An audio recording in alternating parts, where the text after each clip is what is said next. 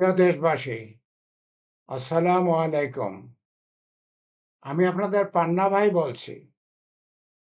America থেকে নয়, বাংলাদেশ থেকে। আমি আপনাদের কাছে চলে এসেছি। ৩৬ বছর আমেরিকা থেকে আমি বাংলাদেশে চলে এসেছি আপনাদের সঙ্গে কাঁধে কাঁধ মিলিয়ে কাজ করার জন্য। আমি আজকে যে বিষয়ে কথা বলতে চাই, বাংলাদেশে আসার পরে আমার প্রথম বিষয়, সেটা হচ্ছে আমি মুক্তিযোদ্ধাদের সম্বন্ধে একটু কথা বলবো। আমি দেশে চাঁদাবাজি এবং সিন্ডিকেটের সম্বন্ধে কিছু কথা বলবো।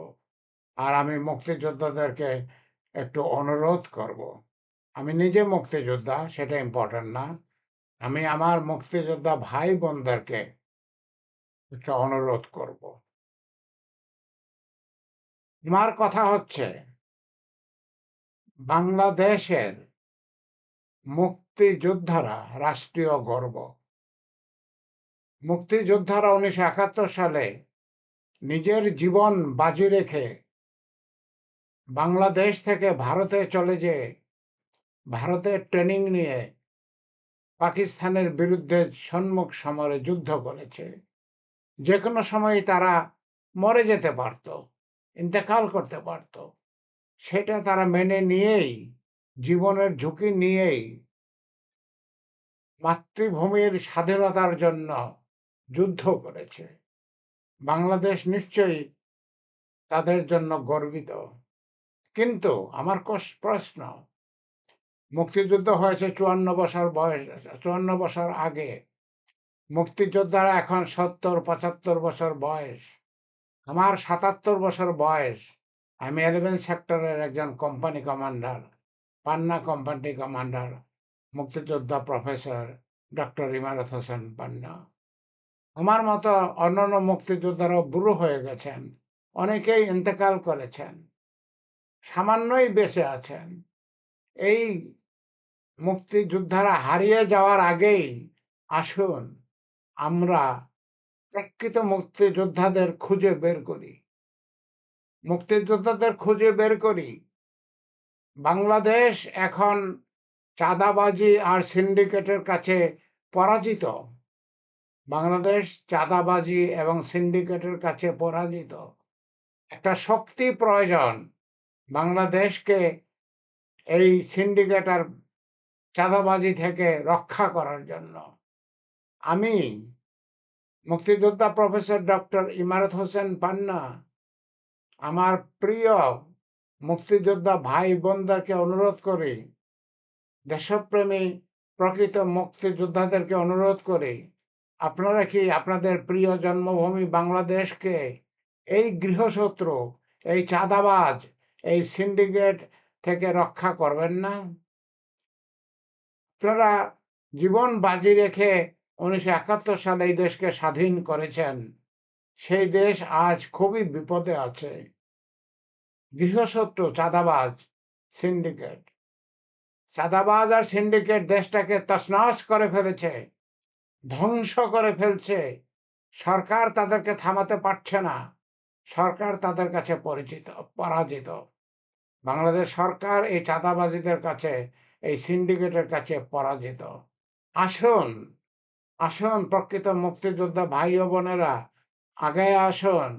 আসুন আমরা প্রিয় জন্মভূমি বাংলাদেশকে এই গৃহশত্রু চাঁদাবাজ এবং এই সিন্ডিকেটের কাছ থেকে রক্ষা করি। প্রিয় দেশবাসী, আপনাদের কাছে আমার একটা অনুরোধ। আপনাদের কাছে আমি কিছুই চাই না, কখনোই কিছু চাই নাই। আল্লাহ আমাকে অনেক দিয়েছেন। আমি 36 বছর যাবৎ আমেরিকায় থাকি। আমি আমেরিকায় যে বিএস, এমএস, পিএইচডি করেছি। আমি আমেরিকার একটা ইউনিভার্সিটির প্রফেসর। আল্লাহ আমাকে অনেক দিয়েছেন।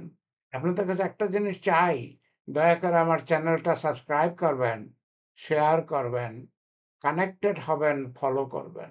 দয়া করে আমার চ্যানেলটা সাবস্ক্রাইব করবেন, শেয়ার করবেন, কানেক্টেড হবেন এবং ফলো করবেন।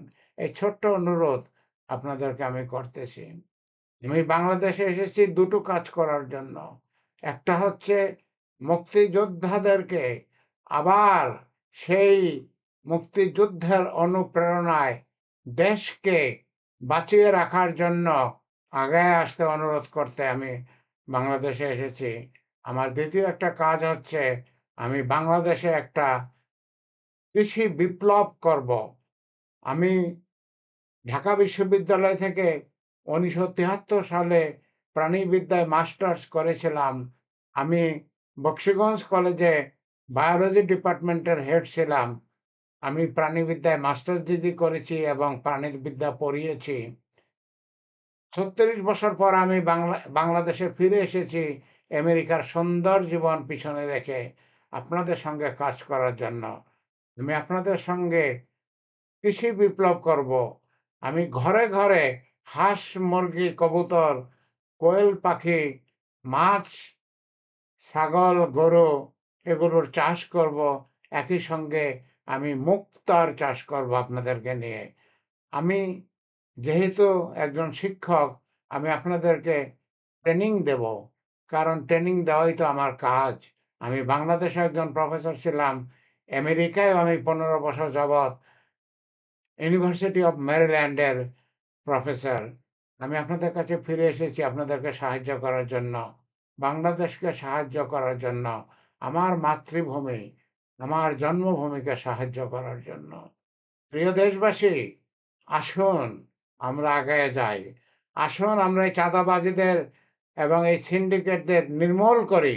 আসুন আমরা বাংলাদেশকে রক্ষা করি। আসুন আমরা ঘরে ঘরে ঘরে ঘরে সমন্বিত কৃষি খামার করি, যাতে বাংলাদেশকে আর কোনো খাদ্য আমদানি করতে না হয়। বাংলাদেশ যাতে খাদ্য বিদেশে রপ্তানি করতে পারে।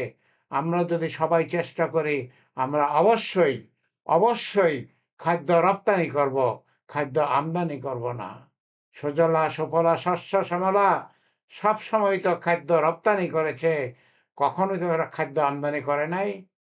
আমরা যদি চেষ্টা করি, আমরা সে অবস্থা আবার ফিরিয়ে আনবো ইনশাল্লাহ। আসুন প্রিয় ভাই বোনেরা, আমরা একসঙ্গে এগিয়ে যাই। আসুন আমরা দেশে কৃষি বিপ্লব করি। আসুন আমরা চাঁদাবাজি আর সিন্ডিকেট বন্ধ করি। আল্লাহ আমাদের সহায় হন। আল্লাহ আমাদের সহায় হন। আমিন। আমিন।